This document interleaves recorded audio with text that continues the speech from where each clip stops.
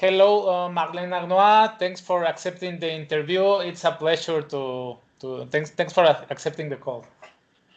It's my pleasure. I'm grateful to be here tonight. Thank you. How is everything going? You are in Monaco, right? I am in Monaco indeed. Everything is well, but we have a curfew at 7 p.m. every night, so Okay. we have to deal with it. Okay. uh, well, for people that don't know you, can you give us a little introduction about you and your present work? Okay, so my name is Marlene Harnois. I'm French Canadian. I have dual citizenship. And I was an Olympic medalist at the 2012 Olympic Games in London, a two-time European champion in under 57 kilos, and I medal at Worlds. And I'm currently an ambassador for Peace and Sport organization that's based in Monaco, and it's placed under the high patronage of His Serene Highness Prince Albert II. And the president is Joël Bouzou, the president of the World Olympian Association, and the vice president is football player Didier Drogba. Amazing. Okay, great. And what kind of work you do there with that organization? So the goal of the organization is to promote sport as a tool for development and peace. So we have field actions, field programs around the world. We also have an international forum, and we've just launched a mobile application in partnership with my coach, which is the first mobile tool to promote sport as a culture for peace. Amazing. How did you get involved with this organization? When you were an athlete, you think that you'd like this kind of work? Yeah, well, when I was an athlete in France, I was already highly involved with associations. I was already involved with every month. I would tour in hospitals and I would go visit children with an organization that's called Un Maillot pour la Vie. It's quite the French equivalent of Make-A-Wish. And I was already highly involved with all sorts of associations to promote, whether it was youth, whether it was sport, women. And I had always dreamed of doing humanitarian work one day in my life. So when I retired, I figured, okay, well, it's the right time to do so. So I first went to Senegal with Baladier, and we toured together in schools and we promote Taekwondo. And then I went to Ivory Coast, and that's when I met Sheikh and Ruth. And that was back in 2014. And I created the Foundation Heart Angel, for them to bring equipment, material, and to support them on their Olympic journey. And then there was obviously the Rio Olympics, where Sheikh won the first gold in the history of Ivory Coast, and Ruth became the first woman medalist in the country. And ever since, I just wanted to have more meaningful impact across the globe. And I got involved with Peace and Sport, which has allowed me to do so. Perfect, Marlene. Okay. Going a little back in time, how you started in the world of Taekwondo. If you can remember your first class, how was it, and why did you decided, or your parents, to start that journey? I started in Canada, in my local town. I was 4 years old. And my mother just felt that in addition to being a sport, martial arts brought a set of values, positive values of discipline, excellency, respect, courage, and I needed the discipline. So it was pretty good for me. And I started my first class. Oh my God, for me it was just happy because it was so I could fight with my sister. Otherwise, so no, but I liked it. I got hooked right away, and I think the fact that I had an amazing teacher, and I've just it was such a good vibe at my Taekwondo club, just so positive energy, and I was just having fun, and I ever since, I mean, even at the highest level for me, training was just about living my dream and doing what I'm passionate about. Perfect. And as a child, how were you? You were calm, or the highest notes, and or you were a little messy and I was a a difficult little, child? I don't know if difficult would be, but I was definitely I had a lot of energy. Let's put it this way. Okay, amazing. You practice also other sports, right? Yes, a lot. Like my mom just put me in every single sport so she would have some free time, I guess. So I had like sport every day. I did handball, snowboard, ski, fencing. I did a lot of sport as a children, but it's really Taekwondo that stood out, and that's really the path I wanted to follow. Right. Why did you choose Taekwondo over the other sports? I'm not sure. I think as a child, it's just about the environment, how I felt. I felt good around. I had friends. I liked the teacher and the fact that I was growing in belts. Like I was dreaming about becoming a black belt. I guess that's driven me when I was younger. And then I started tournaments at a very young age.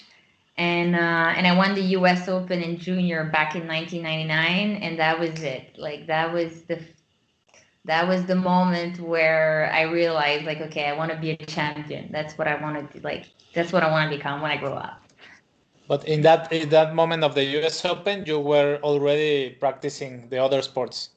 I was still actually I was in a role. I was on the provincial handball team, and I was doing like handball. Like I was in a sports study program with handball, and I was like, okay, handball is great, but taekwondo is really like what I want to do. And then I just remember I remember looking at opening ceremonies at the Olympic Games and just dreaming to be part of it one day, and it's been my dream ever since. Your dojang, your Taekwondo school was oriented to competition or was first in a more general way, and then you started to specialize? It was the first one was more uh, amateur, and then I moved to another club in Montreal, Raymond Mourad Academy, which was mostly focused on tournament. But that was back in Canada. That was back in Montreal. And then that's when I transited to France. At first, France had a program back in 2001, so I was 14 years old, and they had a program that was for francophone countries. So every year, an athlete would be selected from a French-speaking country and invited to train in France for a year. So the initial deal was I was training in France and I was still representing Canada. So the first year I went, I did all the tournaments, the French Open, German Open, all the Open tournaments for Canada, and actually won. And then after it was if I wanted to stay, I became French. So that's Okay. how the transition happened. And for instance, Anthony Obam from Gabon, former world champion and vice Olympic champion, he actually trained in France with the same program. So he was training with us at the French Olympic team and representing Gabon. So it was the same program where I initially came to France. Amazing to go back. I want to talk about your career as a high performance athlete, but a little before. Okay, Uh, sorry. how do you move to from this first club to the other one where mass that was more competition oriented? Why? Who took that decision? Uh, how was that process? Well, the process was, I mean, when I started as a kid, like color belts tournament was all about fun, and then I won the junior nationals a few times in a row from maybe 9 years old to 11, 12. And then at 12, I wanted to have more partners. So at first, like on like 2 dates a week, I would train at the other club, and then I would still keep my club. And then after maybe a year or so, I did the full transition to be full time at the club that was more oriented on tournaments and had more competitive athletes as well. So that was Okay. the first transition, and it's with that club that I then went to the U.S. Open and the World Youth Championships. It was in Ireland, and I believe it was 2000 probably. That I medaled, and I was really young, and and it's after that that at 14 I transited to France. So everything kind of happened like really fast at a very young age. Amazing. Which qualities? Would you say you were gonna say something? No, I'm No? listening. Okay. Which qualities would you highlight of your first instructors that made you like the sport? You know what? I think that everyone I met through my path had such an important role. Whether in, I mean, my first master was all about like good spirit, having fun. He was a very good art person. It was all about he was really into games, and he made Taekwondo fun. So for me, it was important because that's kind of, I mean, if I think that if I would have started at a club that was very, very strict and very focused on Pumse, maybe at a young age, I wouldn't have stick too much. But that club he was very great at making sure that we had a good time, and at the same time we would embrace the values of martial arts. It was a good balance between the two. And then the second master was more about like, okay, what are the requirements to become an athlete, like with the steps you have to do, the technique. Like he helped me build like strategies and have it more, I wouldn't say professional because it was at such a young age, but he was more into like performance oriented of it. So the balance of like having someone allowing me to be really passionate, inspiring me about this sport, and having someone that's teaching me about like, okay, what is performance and how can I optimize my potential to be the greatest, was a good combination for me. Perfect. So you didn't like repetition and repetition of Pumse?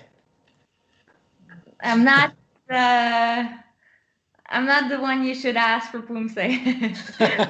This way, okay? Okay, amazing.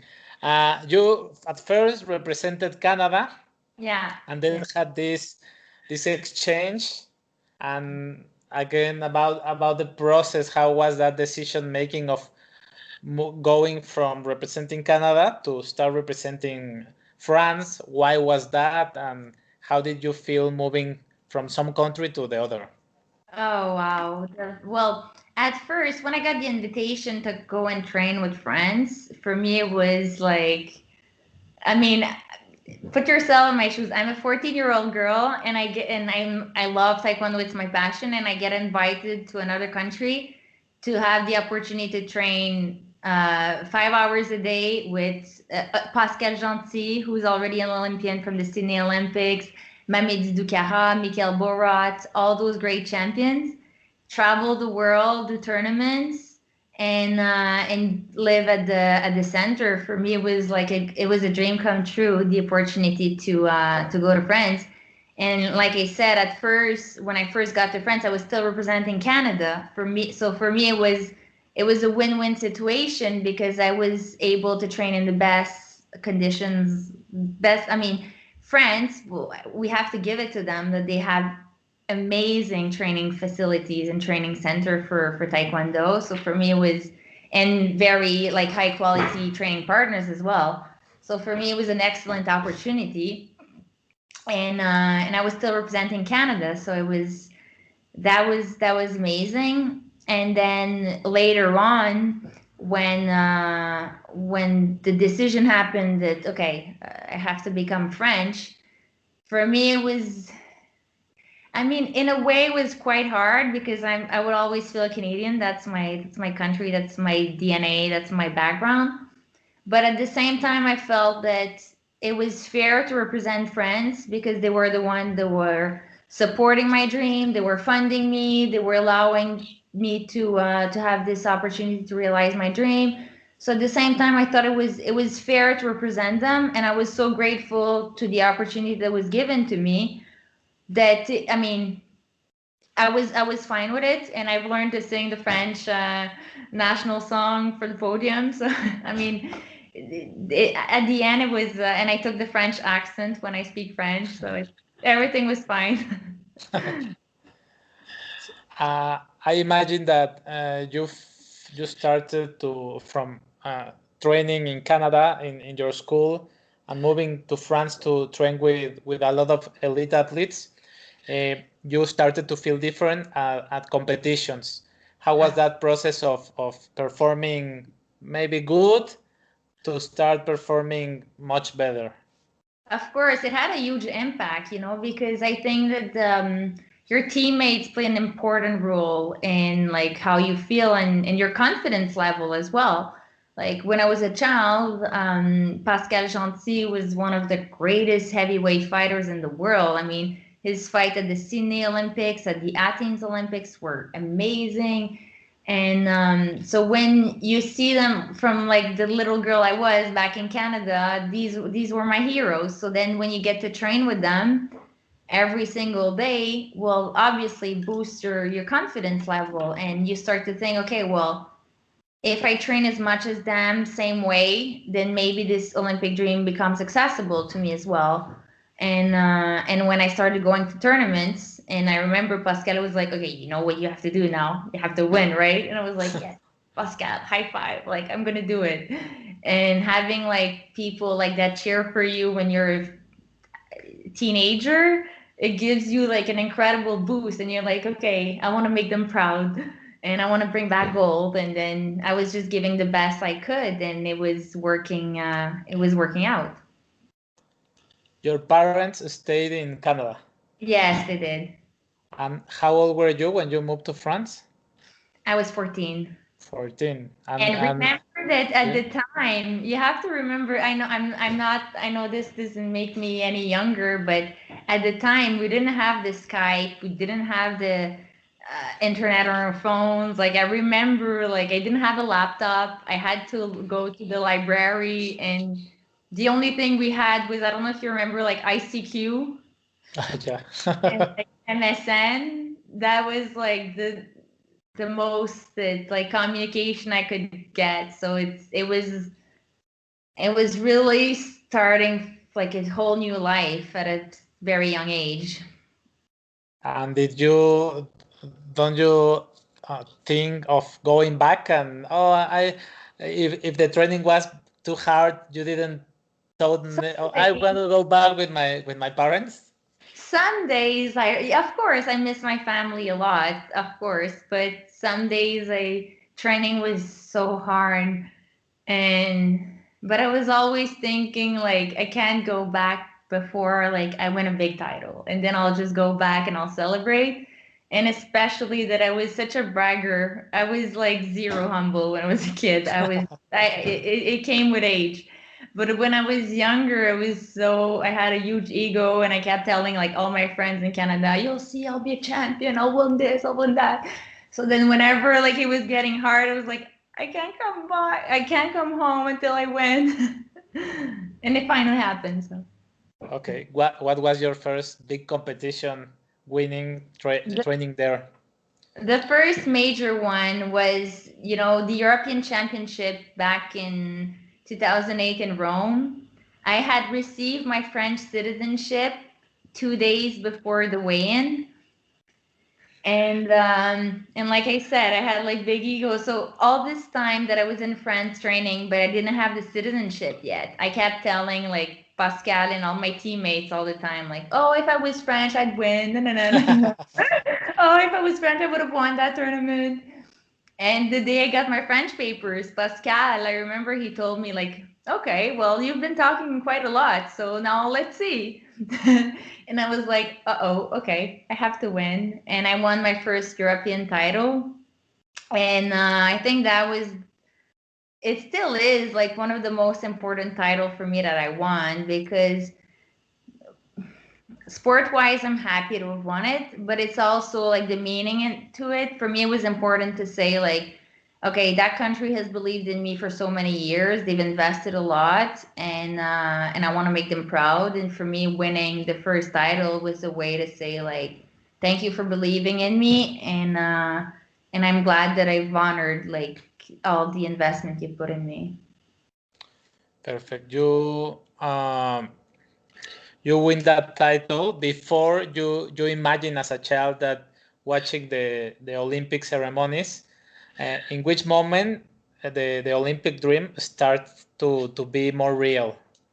Oh, from that moment it started to be real, but it was so I won the European title in 2008, but that was after the Olympic qualifiers. Okay. So I couldn't qualify for Beijing.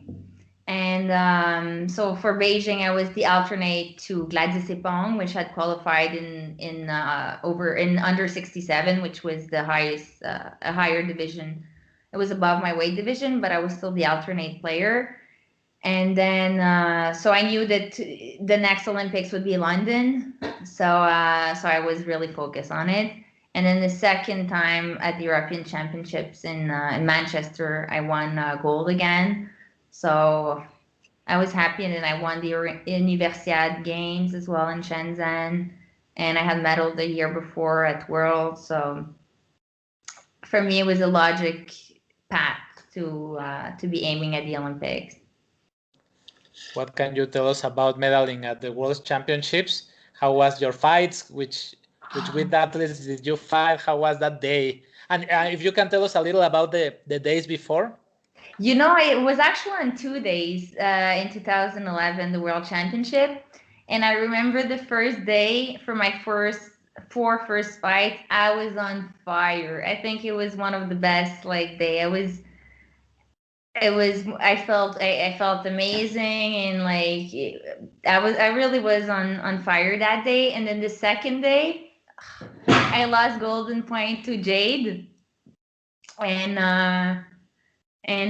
Jade is the only fighter I really miss fighting with. Like, we would have crazy fights all the time, and even more fun, we had the test match all the time between France and UK.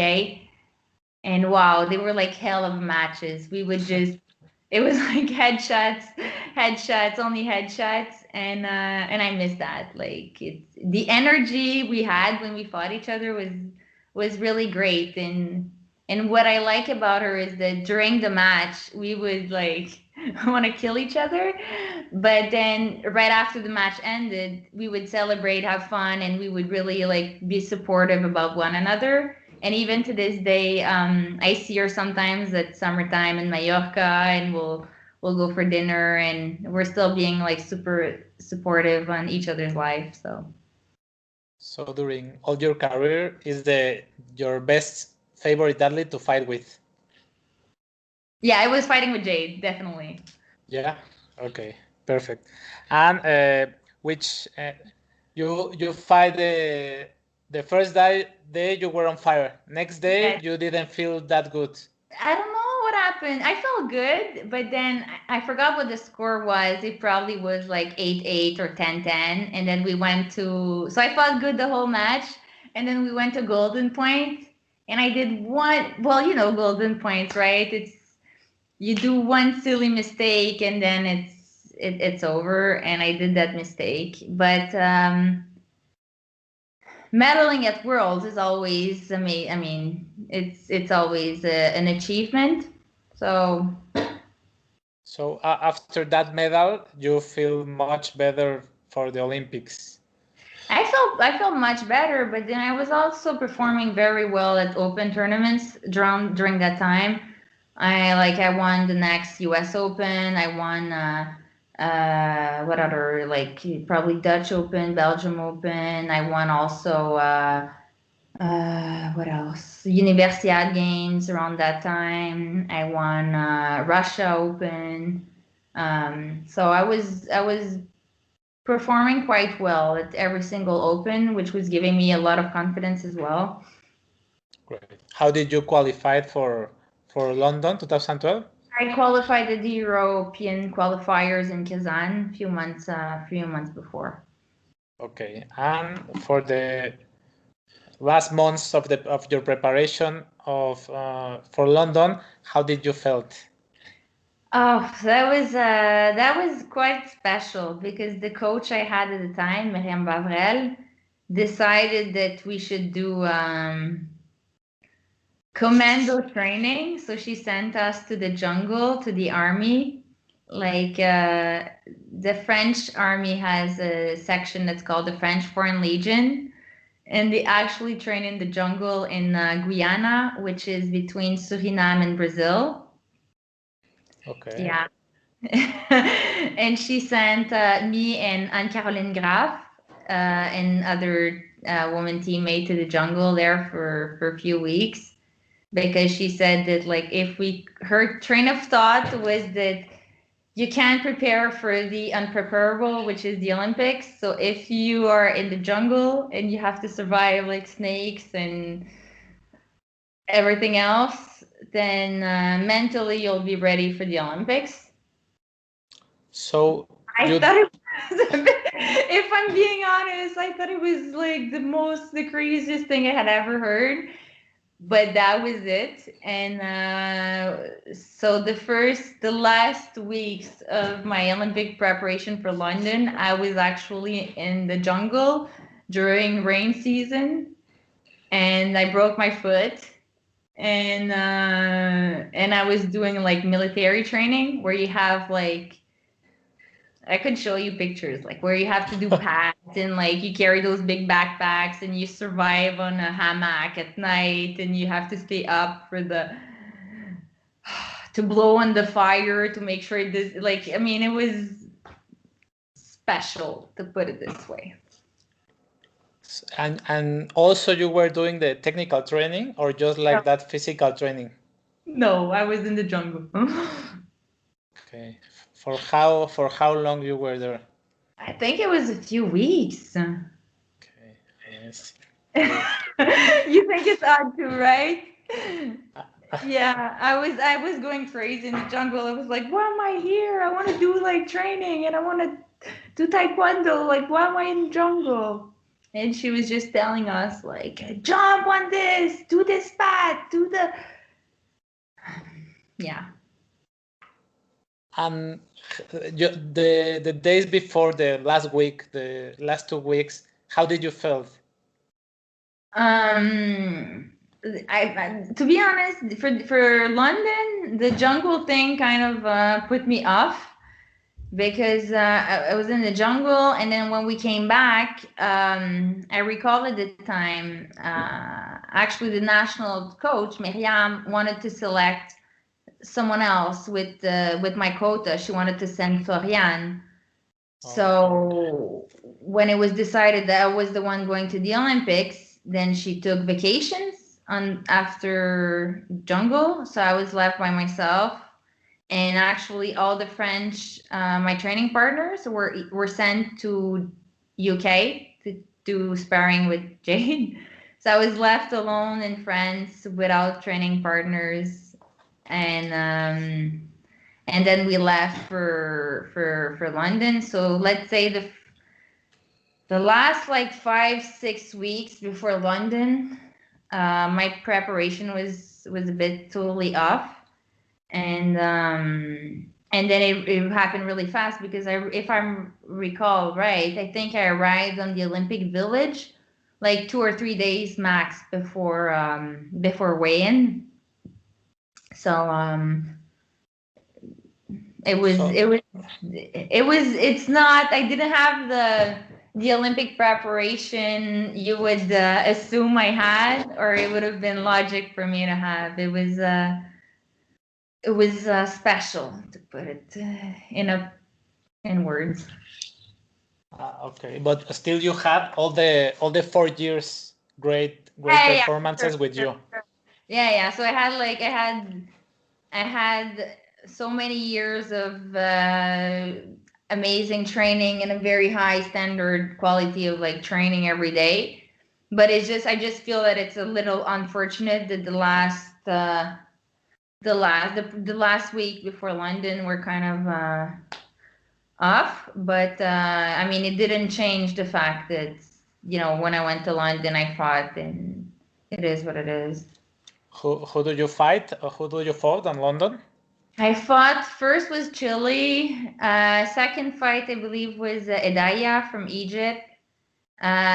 Third fight was China. Fourth fight was Japan.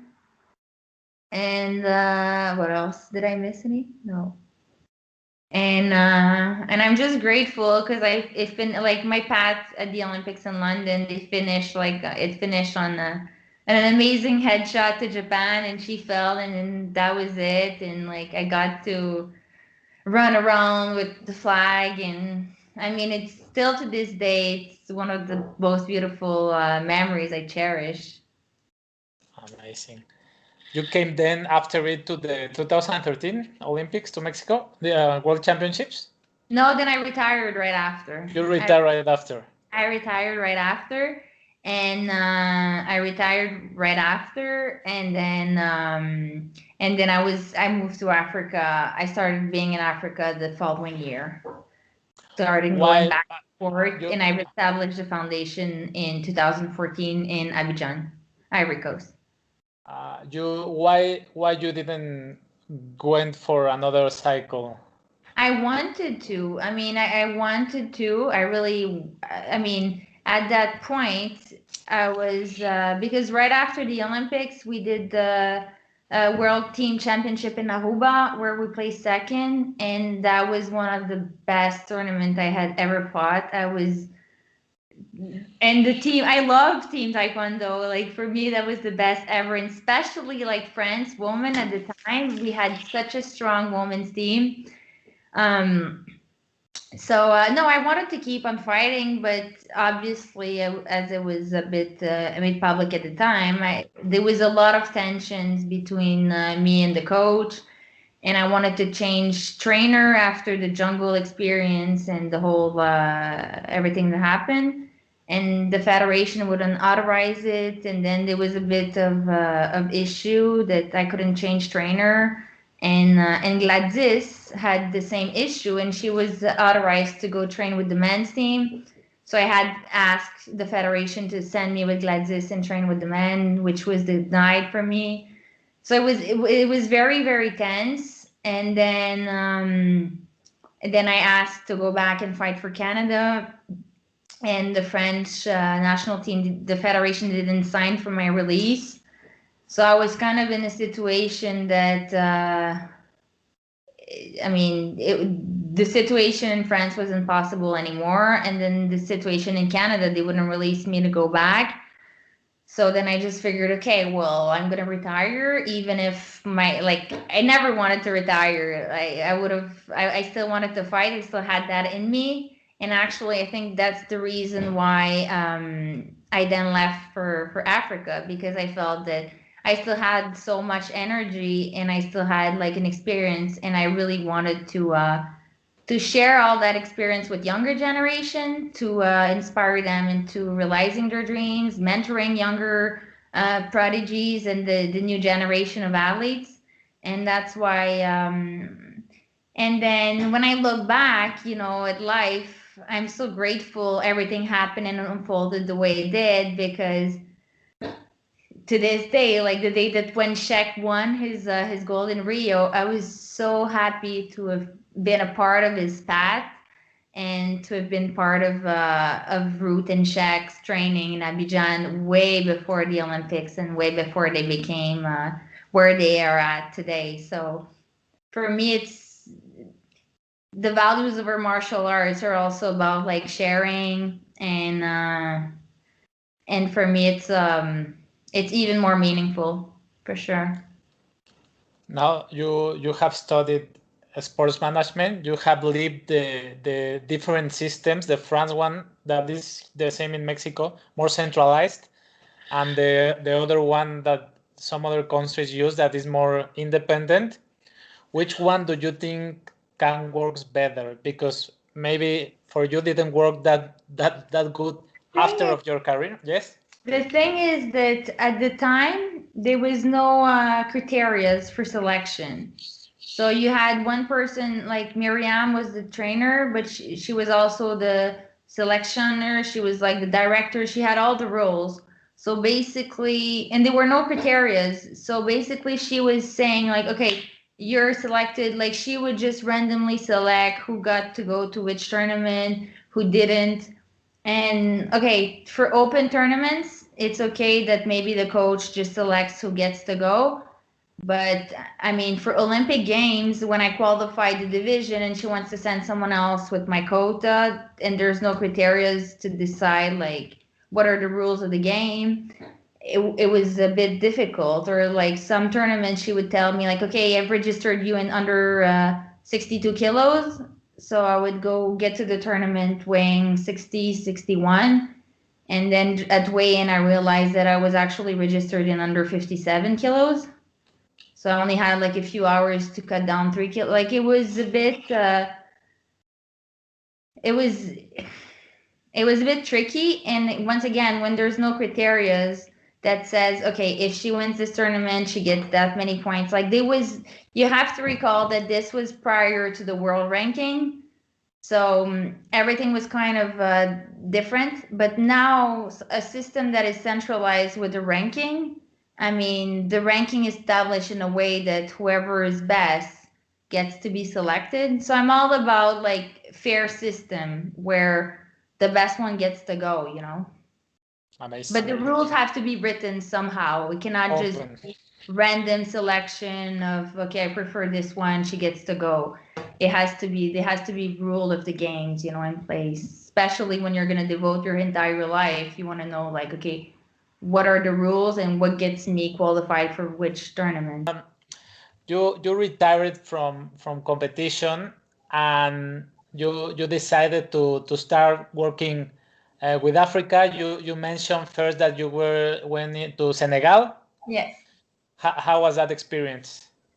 Oh, and Senegal was amazing because you know what happened is that actually when I decided to retire, I was very close with Anthony Obam, with Baladier, with a lot of high level African athletes, Razak as well.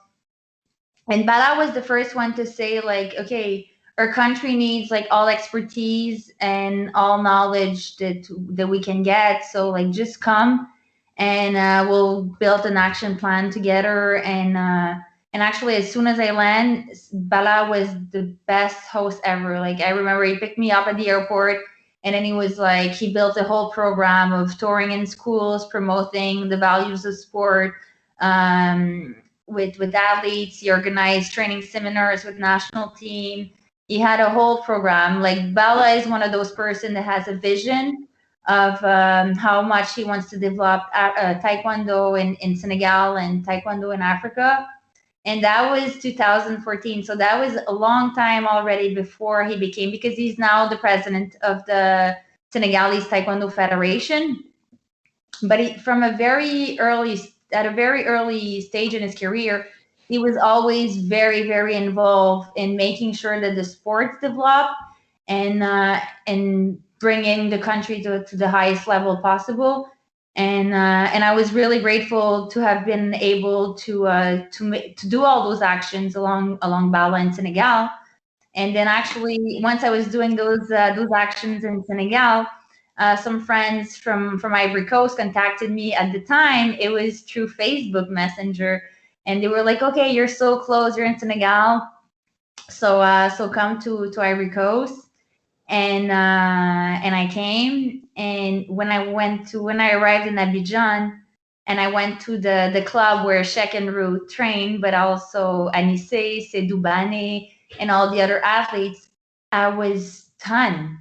Like I was stunned at the potential I had never seen in my life, and I had trained all over the world.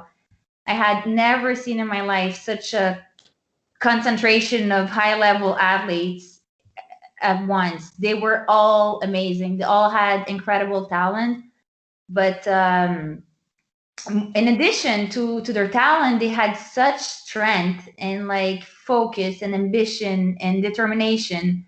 And you know, like it's suburbs from Abidjan. It was very modest environment. They didn't have mats. They didn't have shoes. They were training in parking lots of schools, like on, and they had maybe like one or two targets for the whole club.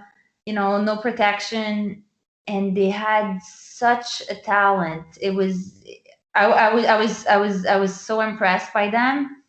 And as well, like I mentioned, the values they had and the embrace. As soon as I met them, we like automatically connected, like we just clicked. And like on paper, everything separates us, like we're different background, different culture, different religion, age group, everything. But then what brought us so close, and to this day, I mean, I still talk to Shek and Ruth every day, I consider them as family, is that we share the same dream. And I think this is the beauty of sport, is that sport has no barriers. Like if you share the same dream, the same passion, you you share the same codes, and we just got along so well. And even to this day, I think the period when I was doing humanitarian work and training with them towards Rio is probably the best. It's probably the best of my life, because I knew like there was the potential to achieve something like historical and something extremely great. And we were just having so much fun. They would bring me to nightclubs in Africa, and we'd party and we'd train and we'd tour all over the country. And it was great. And at the time with Czech and Root, we were also very invested in making sure that we promote education as well. So we were involved to build social libraries.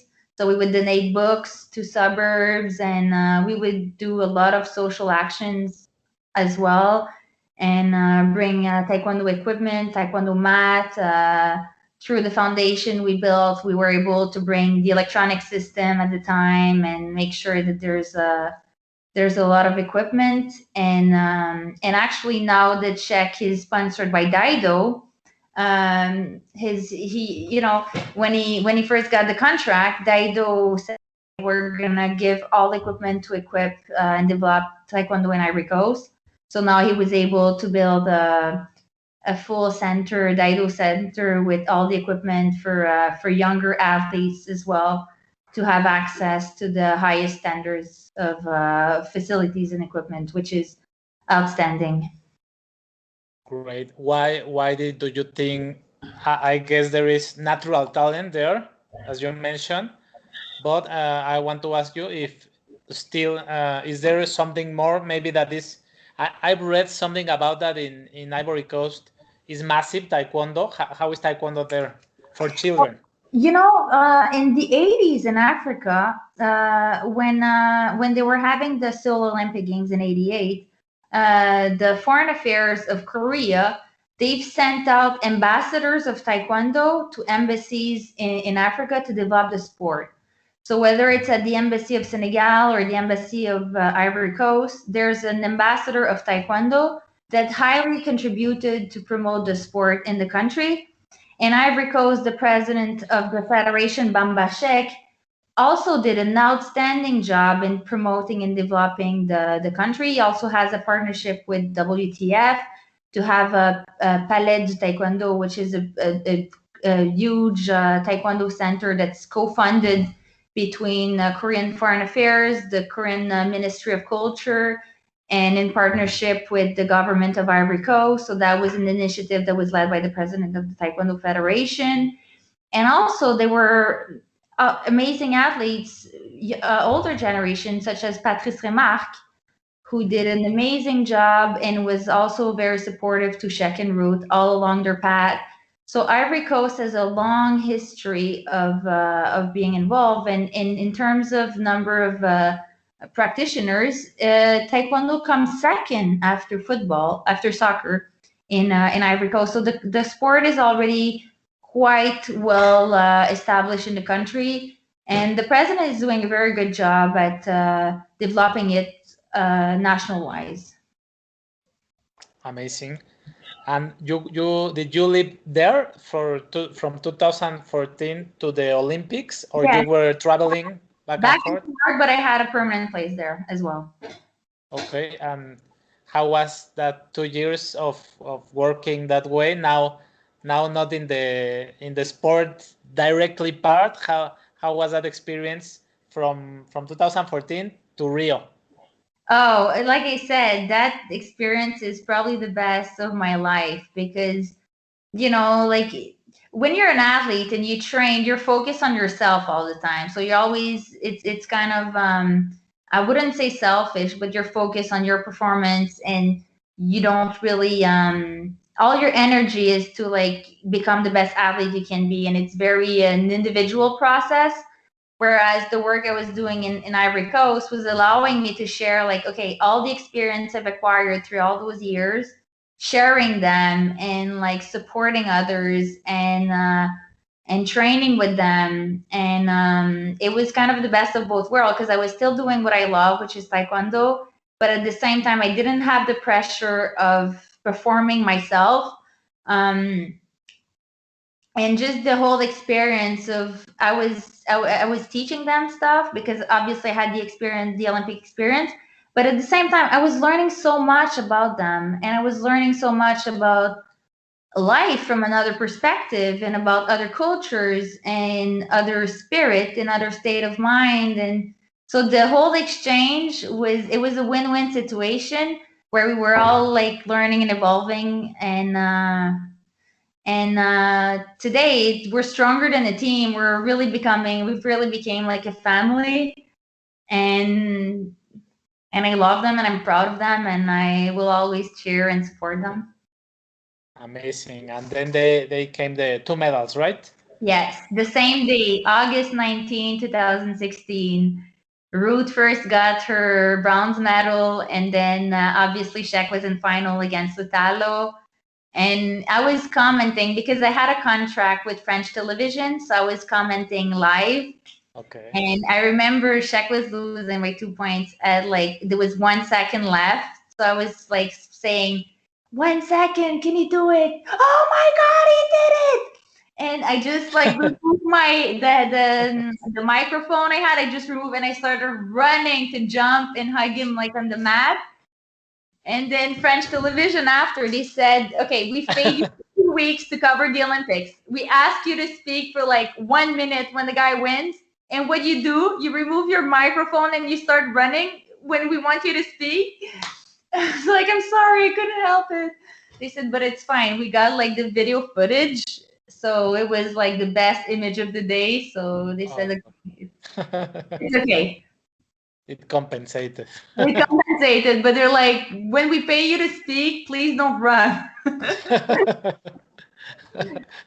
Now you got advice for Tokyo. Are you gonna cover it? I'm not moving.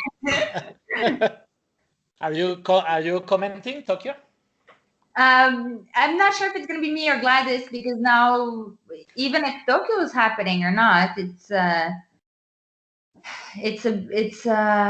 such a difficult situation, and for the athletes competing right now, it's so tough. I've been at French Olympic Center in Sep recently. I saw Magda. I have Shek and Ruth on the phone all the time, and they're very strong mentally, and they're still focused and training.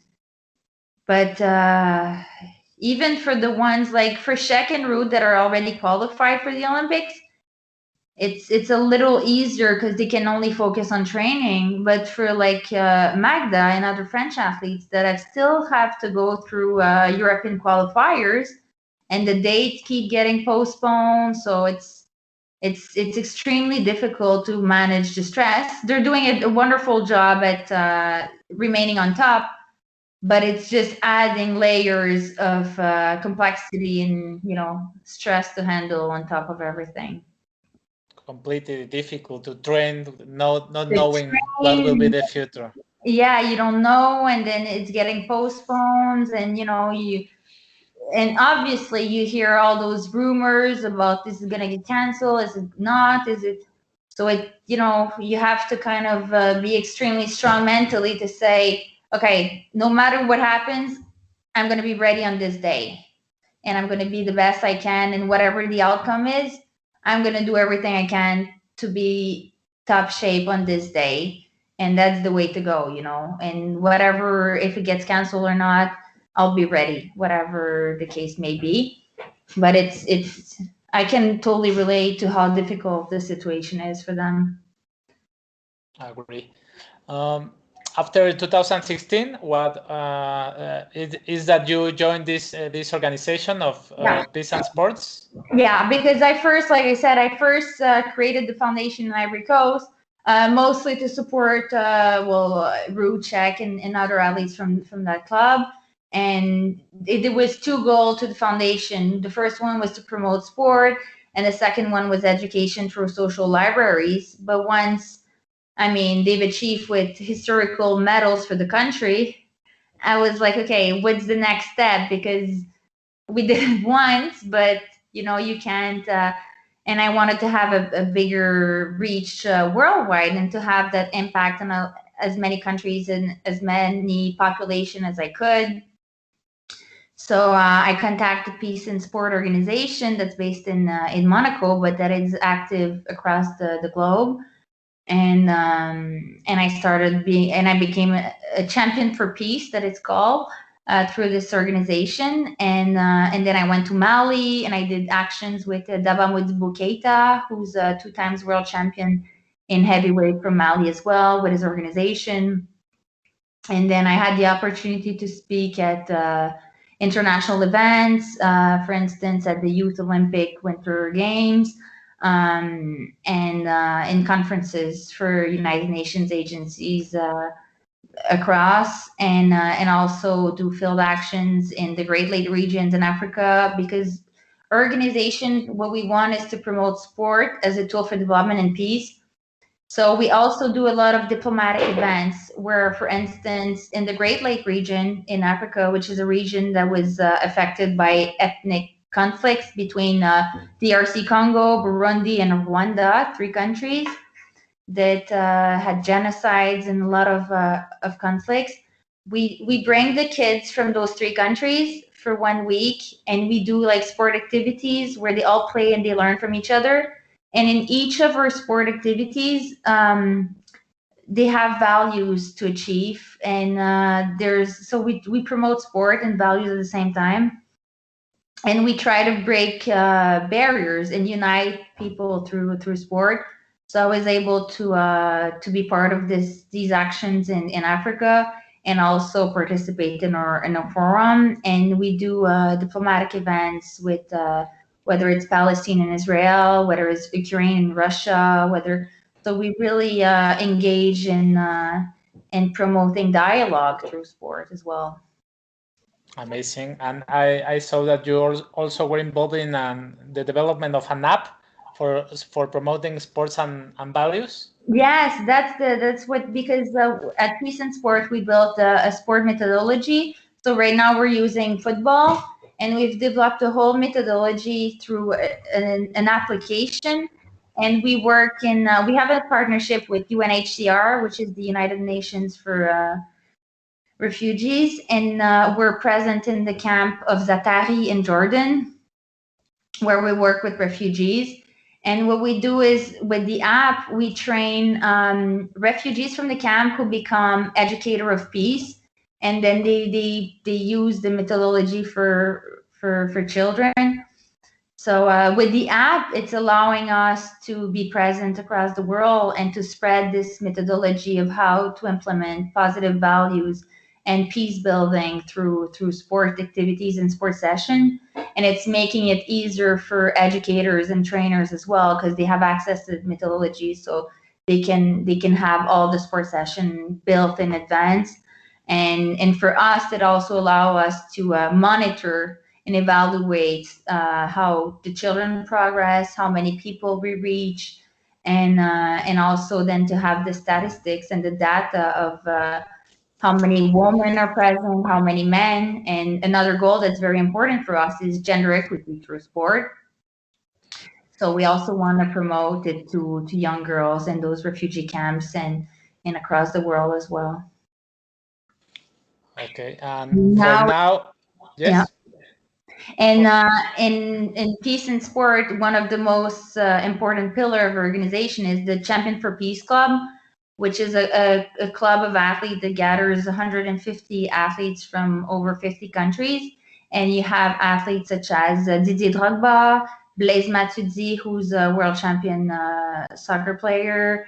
You also have Lionel Messi, that was recently named Champion for Peace back in this December.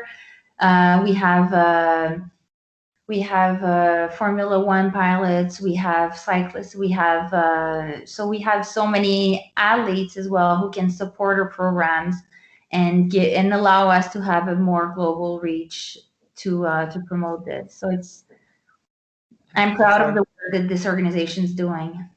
For now, the methodology is for soccer, for football. Now it's for football. We're currently developing rugby as well because we have one of our champions for peace is Sia Kolisi, who's the captain of a South African rugby team, who's a world champion as well.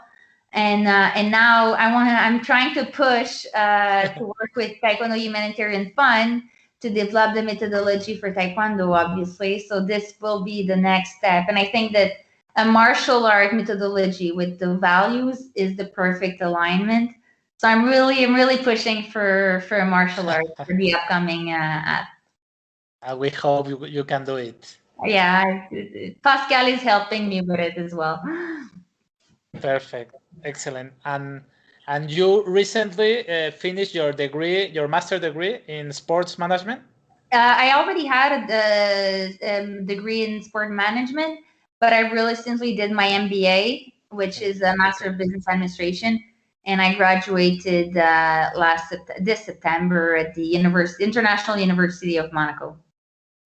Okay, and your idea is to being more professional on this field. Yes, I wanted to further my education to learn more about what's an action plan and all the other areas, to develop the faculty to analyze complex business case, financial business case, how to build strategic plan, how to have a 360-degree vision on complex case, and have more tools and knowledge.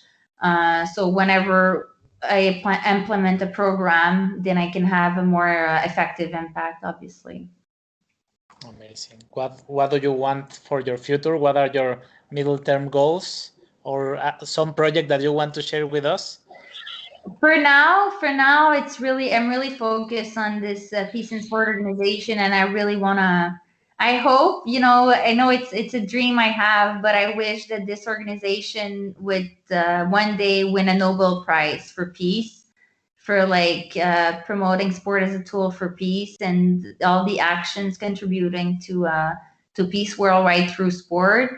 I think that this would be amazing, not only for organization but for the sport community, and the recognition that too many people only associate sport with physical activity, but it's so much more than that. It's also health, it's education, it's bringing communities together, it's promoting a pacific and unified world as well. Like Nelson Mandela used to say that sport has the power to change the world. And today, when I see so many conflicts worldwide, I just figure they should all just do Taekwondo together, Taekwondo, we have I don't know how many countries participate at World Championships, probably 140, 150.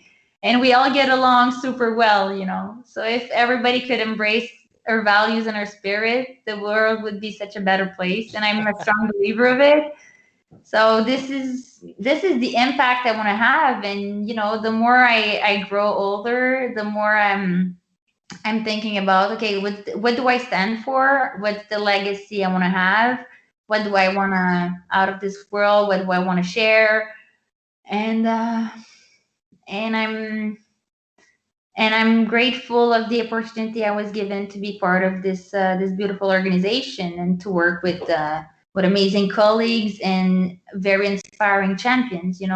Whether it's Didier Drogba or so many players. I was recently talking to an NBA player, Rudy Gobert, and he decided to he just started his foundation, and he just sent us a financial donation to build programs, because he was like, okay, I want to give back to youth, and he's early engaged. But there's also Eric Abidal from Barcelona, soccer player that has his foundation and that always worked with organization to promote. And every day I'm blessed to be working with all those inspiring people that really want to give back to society, So for me, it's a very positive environment to be in, and I'm grateful for that. Amazing. And how normally when there is Pandemic? no pandemic, how is a day in your life?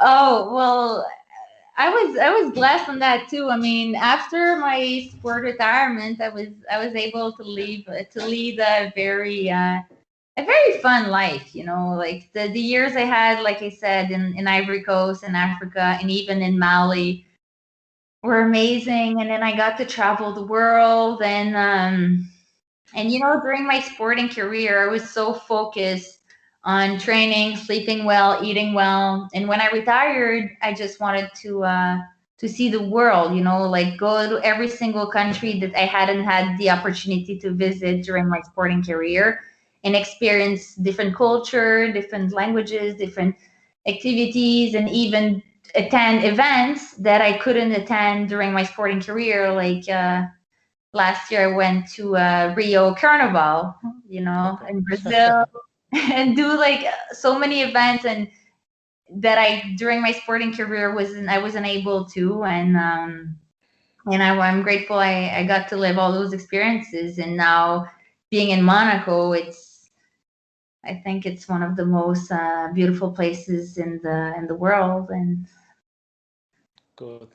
pretty fun. Do you have any hobby? I have so many hobbies. We're never gonna finish this interview.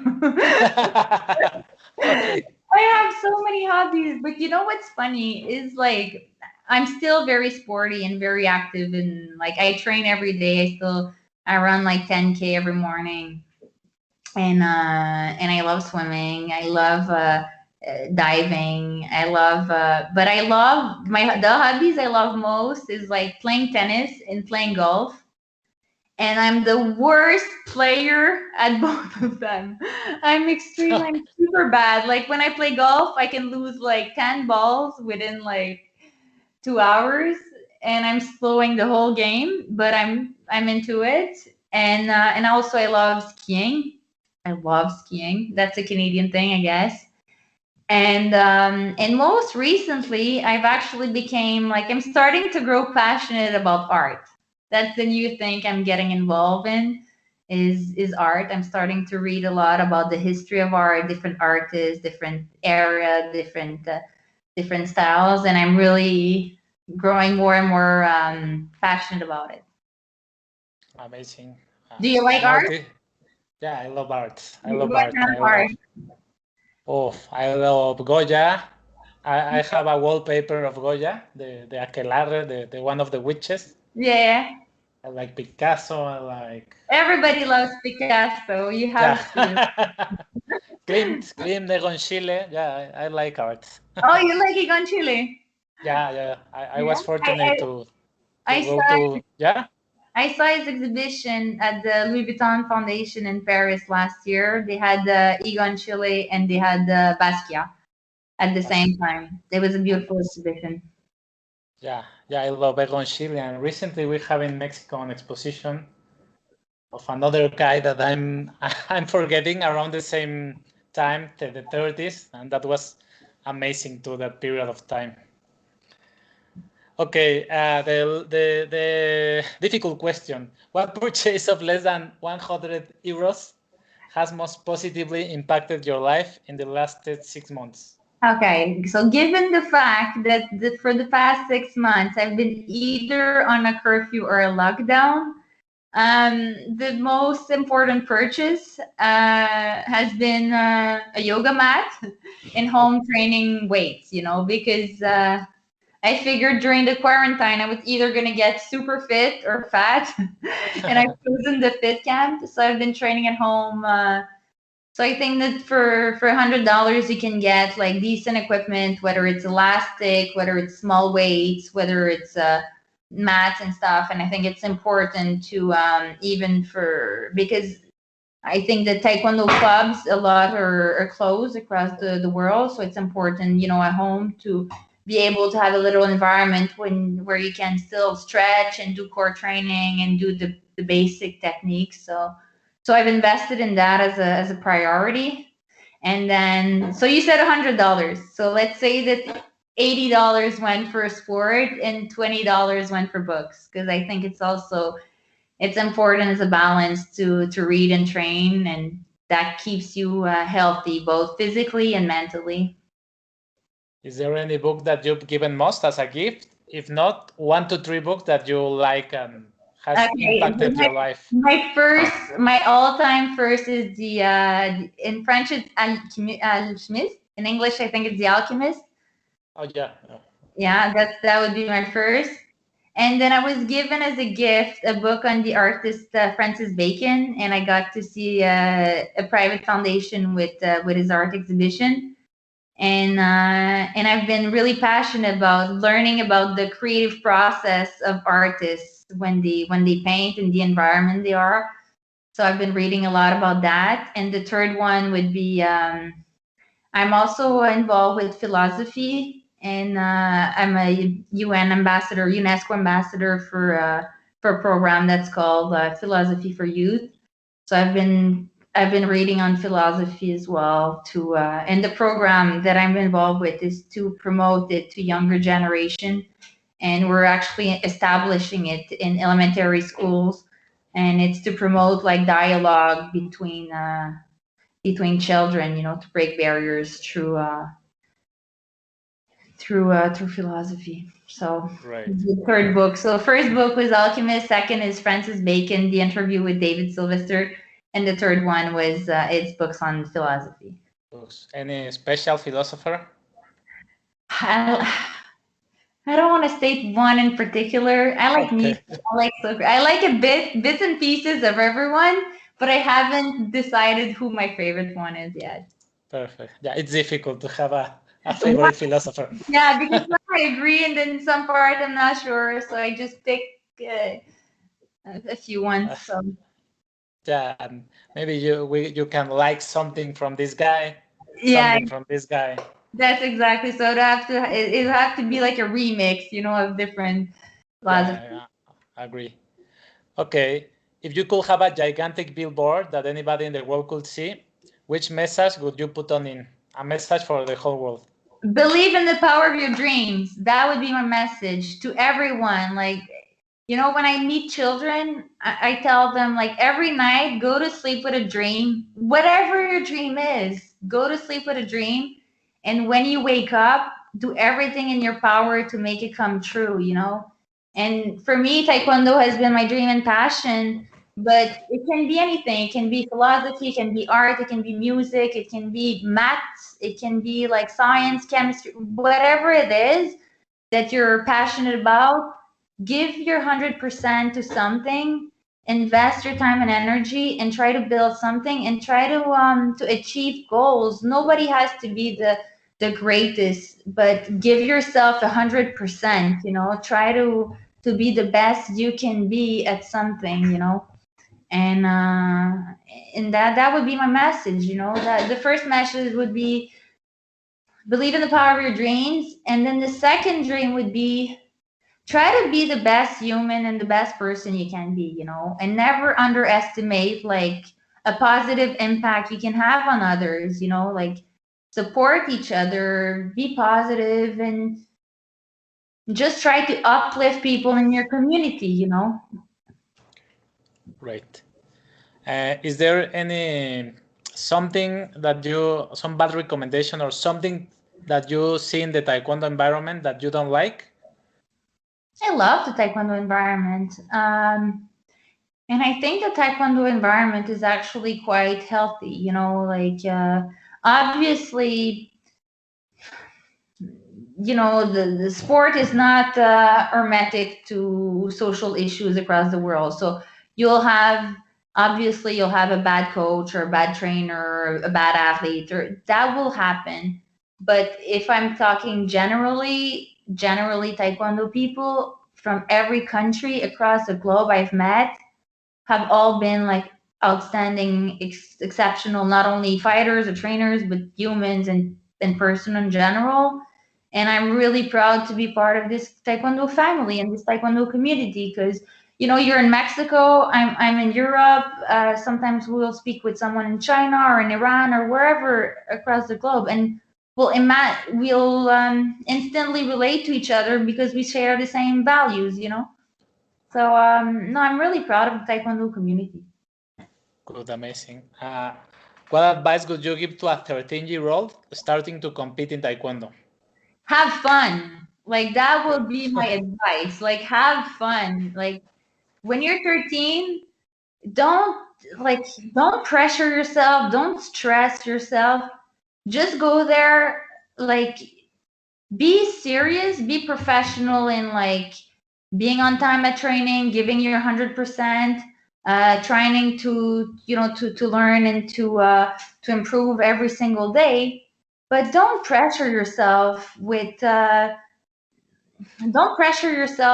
like results, you know, because when you're 13, it's the time to make mistakes and learn and adapt and progress and find your style, you know. And me, one of the first tournament I did as a color belt, I would lose, you know, but it's okay. I lost, and then the next tournament I went back and I tried different, and then finally I won, and then it worked out. And then even when I was at the highest level, I lost golden point to Jade, but then I went back and I beat her the next time, and then so it's and then sometimes you lose, but the fights you lose, they allow you to improve and step your game up. So I mean, when you're 13, just don't pressure yourself, have fun, and just if you win, then try to figure out why you won and keep what's been good and what worked out. And if you don't, then just go back into training and hustle to find solutions, you know, in that situation, and improve it. But don't stress yourself. Like it's sport is at the end of the day, it's it's it has to be fun, you know. Even when you're at the Olympics, if you're not having fun on the day you're on the mat, then you're missing out on the whole purpose of being passionate about something. Excellent, Marlene. That's my impression of it. Great. It's been an amazing talk. I don't know if you want to add something that I didn't ask you and you want to share. Nothing that comes to mind right now. No, if anyone has any question, they can just like put it in the comment section, and we'll try to get back to them. Thank you, Marlene. I really enjoyed the talk. Thanks a lot for accepting it. I wish you success for all your projects and dreams. Thank you very much. It's been a pleasure, and I wish you the best for the upcoming months. Thank you. See you. Bye. See you.